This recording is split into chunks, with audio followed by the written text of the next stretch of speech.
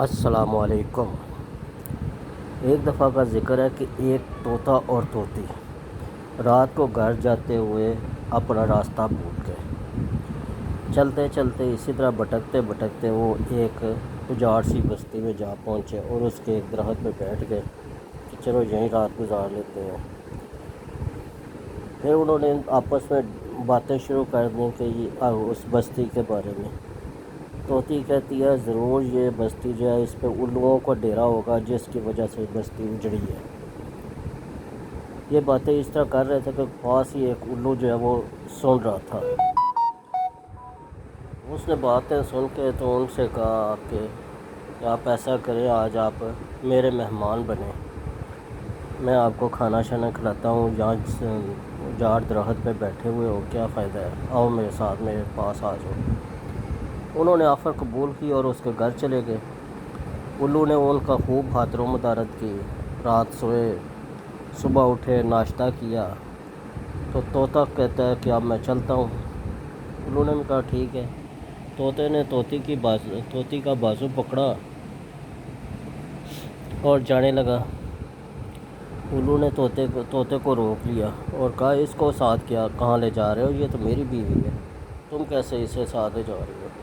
طوطا کہتا ہے یہ میری بیوی ہے، دیکھ لو یہ میرے ساتھ رات کو آئی ہے اور یہ بھی طوطی ہے، میں طوطا ہوں، تم اس کے نہ کسی طرح ملتے جلتے ہو نہ کچھ، تم الو ہو، الوؤں کی بیویاں تو الو ہوتی ہیں، طوطی تو نہیں ہو سکتی، تو یہ میری بیوی ہے۔ تو الو کہتا ہے نہیں یہ میری بیوی ہے۔ اگر وہ زیادہ جب بات بنی، بات الجھی، تو الو نے کہا کہ آؤ چلو آپ قاضی کے پاس چلتے ہیں۔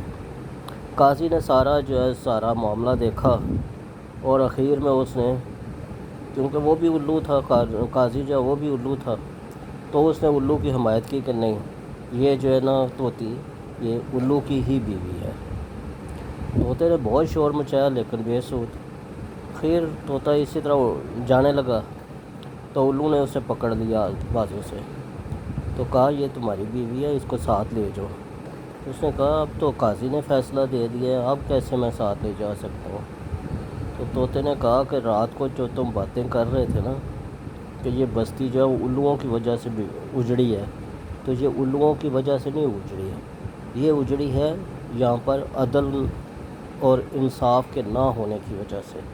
جس بستیوں میں، جس شہروں میں، جس ملک میں عدل کا نظام نہ ہو، جس میں انصاف نہ ملے، وہ ملک، وہ بستیاں، وہ شہر اجڑ جاتے ہیں۔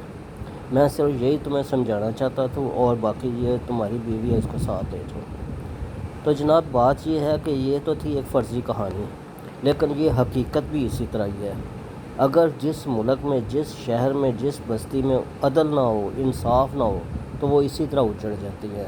ہماری جو یہ ہے نا خاندانی دشمنیاں، یہ اسی وجہ سے ہیں کہ ہمیں عدالتوں سے انصاف نہیں ملتا، ہمیں تھانے سے انصاف نہیں ملتا۔ تھانے والے جو ہیں وہ ایف آئی آر اس طرح کی بناتے ہیں کہ جس میں پیسے والے کا فائدہ ہو، جو ان کو پیسہ لگاتا ہے اس کے مطابق اس کی ایف آئی آر بناتے ہیں، اور اسی حساب سے جو ہے وہ عدالتیں بھی بکتی ہیں، ججز بکتے ہیں۔ وکیل تگڑا کر لو تو وہ سب کچھ سچ کو جھوٹ اور جھوٹ کو سچ بنا کے پیش کرتا ہے، اور نتیجہ جو ہے وہ انصاف کا قتل ہوتا ہے۔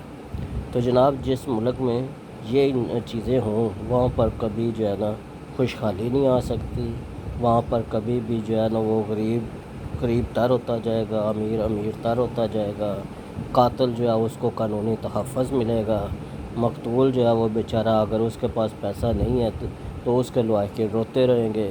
اسی طرح چوری چکاری بھی وہاں پر عام ہوگی، ڈاکہ زنی عام ہوگی، عزتیں لوٹنے کا بھی وہاں پر اسی طرح چلتا رہے گا سلسلہ۔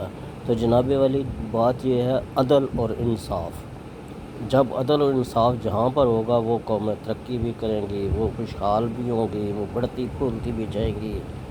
ہمارے ملک میں اس کا فقدان ہے۔ تھینک یو جی، اللہ حافظ۔